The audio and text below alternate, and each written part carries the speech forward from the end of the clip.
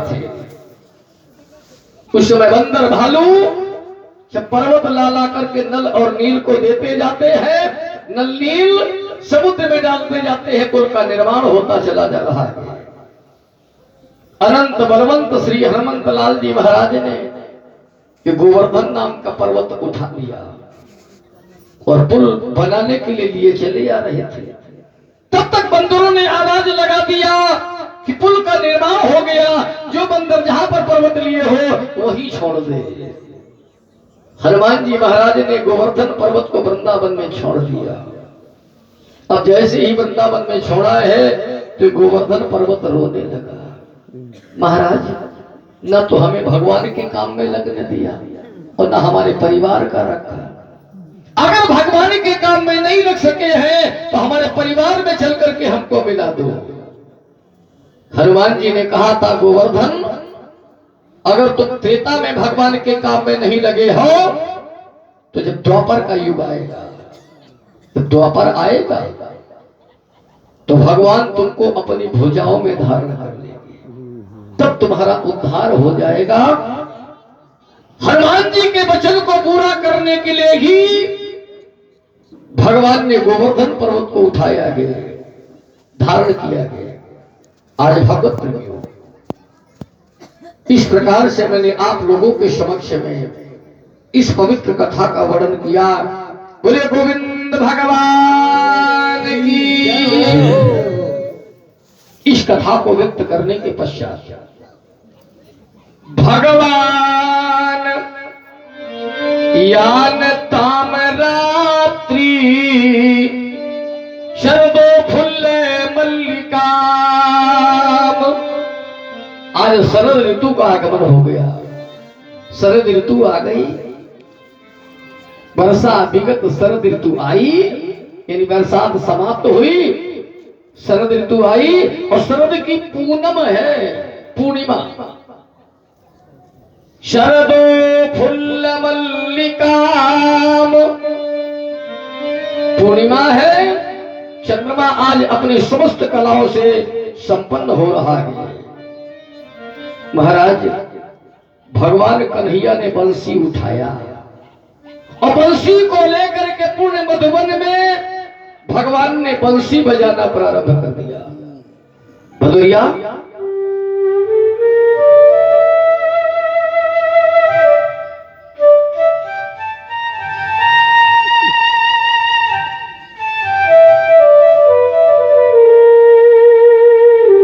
क्या बात,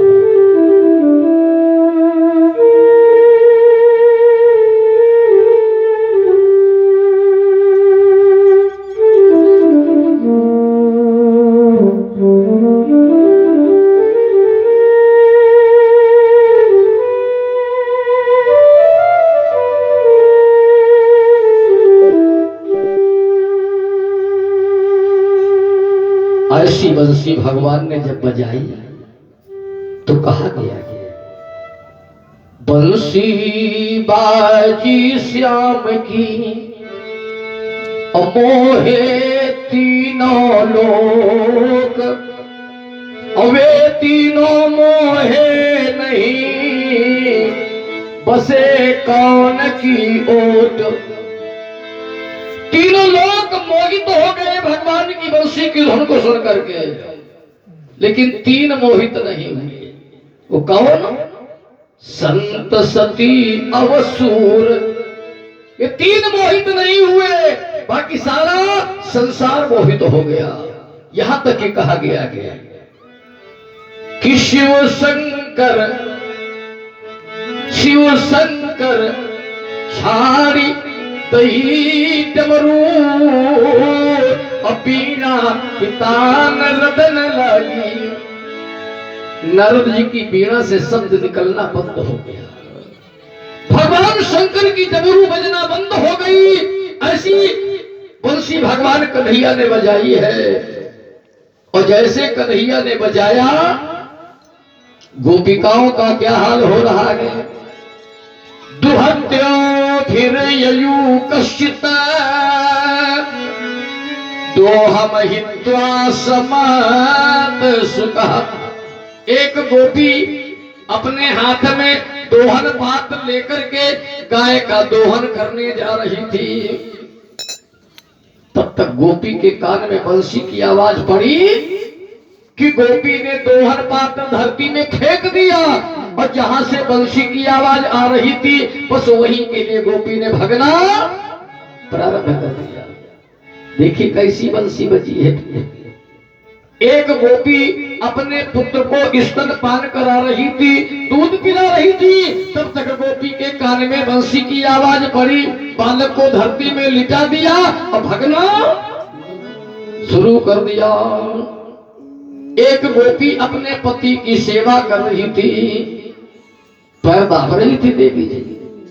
तब तक गोपी के कान में आवाज पड़ी। अब गोपी विचार करती है कि पति देवता तो हमें जाने नहीं देंगे, तो एक बहाना याद आ गया। स्वामी स्वामी, हाँ क्या बात है, आपको प्यास तो नहीं लगी? बोले हमें तो प्यास नहीं लगी। बोले हमें प्यास लगी है, हम जल पिया, मैं तुम्हारे लिए भी ले दिया। पति देवता ने कहा तो जल्दी आ जाना। अब वो गोपी जल की प्यासी नहीं थी, वो तो भगवान के बंसी की धुन की प्यासी थी। जहां से बंसी की आवाज आ रही थी बस वही के लिए गोपी ने भगना प्रारंभ कर दिया। देखिए बंसी किसी कवि की कल्पना है कि बंसी का निर्माण कैसे हुआ है।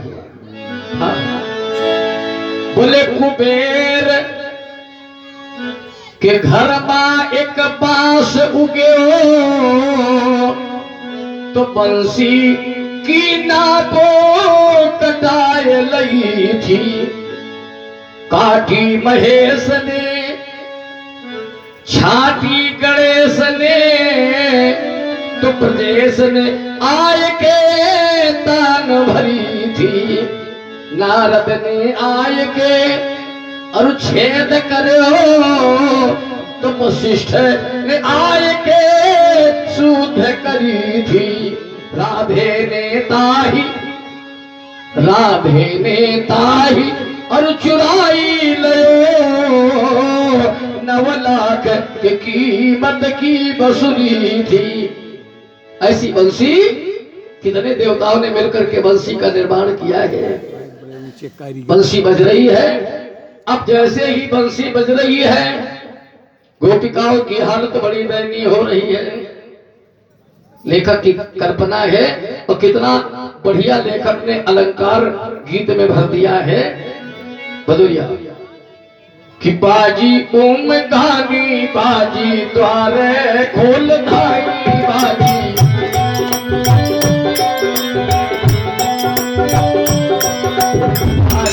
ओम गानी बाजी द्वारे खोल धाई बाजी